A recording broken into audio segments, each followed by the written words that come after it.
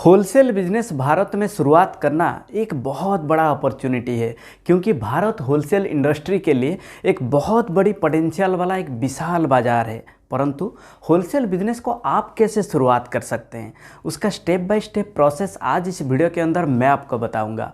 और शुरुआत में होलसेल बिजनेस कौन सा करें, 5 होलसेल बिजनेस आइडियाज़ मैं बताऊंगा जिनमें से किसी एक को आप शुरुआत कर सकते हैं।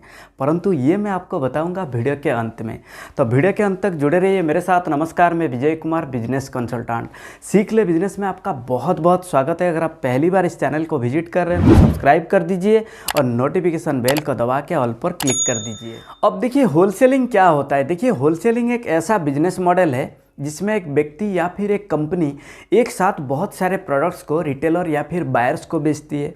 यानी इसमें होलसेलर बल्क क्वांटिटी में गुड्स एंड प्रोडक्ट्स को किसी भी मैन्युफैक्चरर से सस्ते दाम पर खरीद लेते हैं और उसमें अपना प्रॉफिट मार्जिन जोड़ के होलसेल प्राइस में रिटेलर या फिर कस्टमर को बेच देते हैं। यानी होलसेलिंग का जो मेन उद्देश्य होता है, बल्क क्वांटिटी में गुड्स एंड प्रोडक्ट्स को किसी भी मैन्युफैक्चरर से सस्ते दाम पर खरीद लेना और उसे होलसेल प्राइस में रिटेलर या फिर कस्टमर को बेच देना।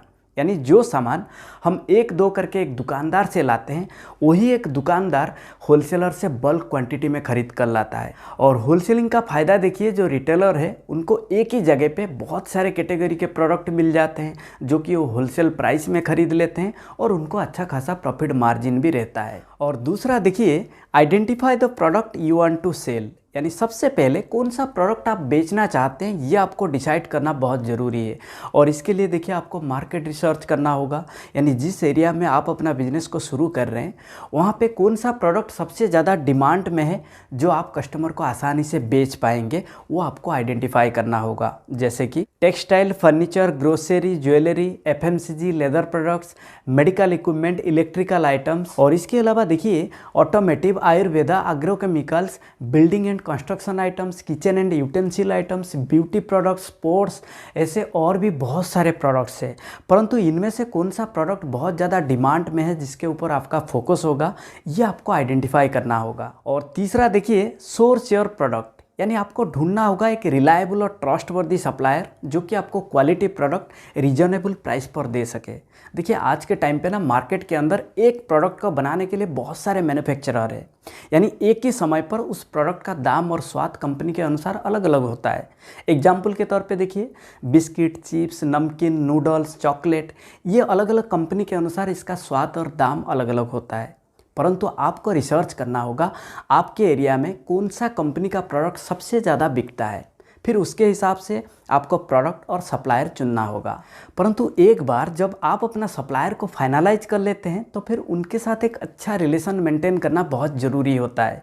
क्योंकि देखिए आगे चल के ना आप उनको क्रेडिट पीरियड लंबा मांग सकते हैं, लाइक 30 डेज, 40 डेज, आप लंबा क्रेडिट पीरियड ले सकते हैं।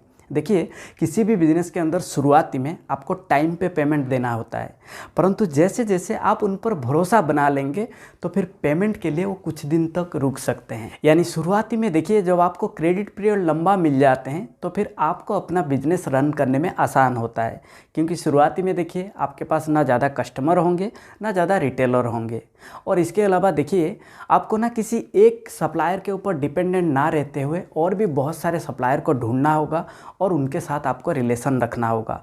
क्योंकि आपका जो एग्जिस्टिंग सप्लायर है वो आपके ऊपर मोनोपोली ना कर पाए और ज़रूरत पड़ने पर आप उनसे डिस्काउंट भी मांग सकते हैं। और चौथा देखिए, सेटअप योर वर्क स्पेस। देखिए होलसेल बिजनेस में सामान को रखने के लिए आपको एक गोडाउन की ज़रूरत होगी, यानी एक प्रॉपर वेयरहाउस की ज़रूरत होगी जहाँ पे आप इन्वेंट्री, पैकिंग, शिपिंग, ये सारी चीज़ें आप आसानी से मैनेज कर सकते हैं। और इसमें आपका लोकेशन भी सही होना चाहिए।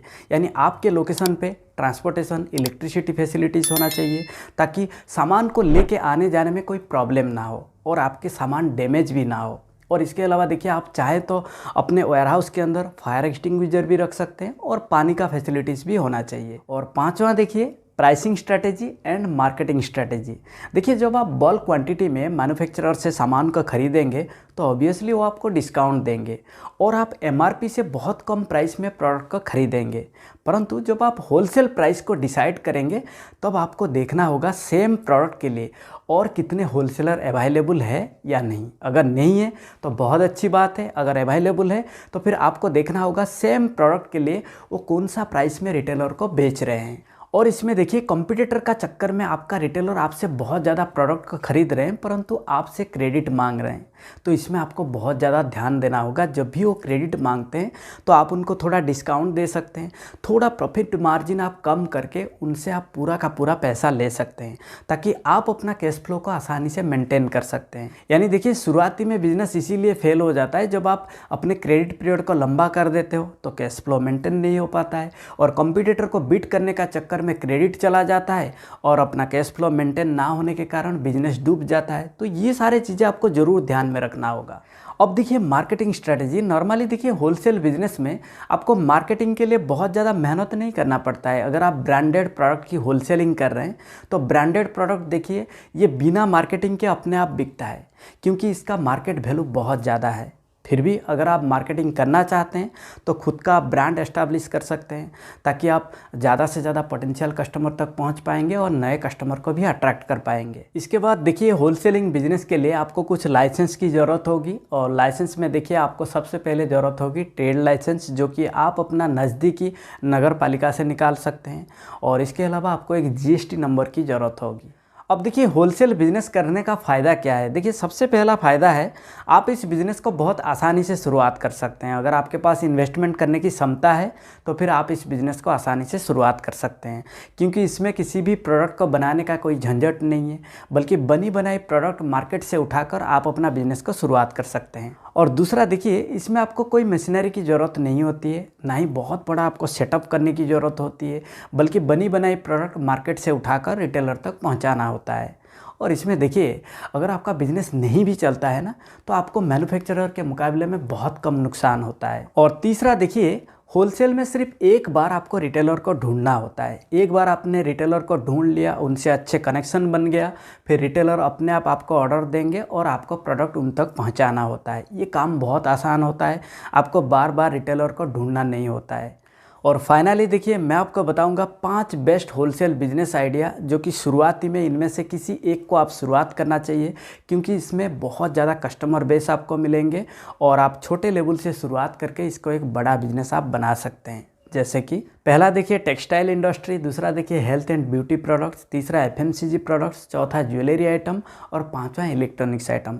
यानी ये जो 5 होलसेल बिजनेस आइडिया मैंने बताया तो शुरुआती में आप किसी एक से शुरुआत कर सकते हैं, परंतु अगर आप इनके ऊपर सेपरेटली वीडियो चाहते हैं तो कमेंट बॉक्स पर ज़रूर मुझे कमेंट करिए ताकि मैं एक एक के ऊपर सेपरेट वीडियो बना के इस चैनल के ऊपर अपलोड कर दूँगा।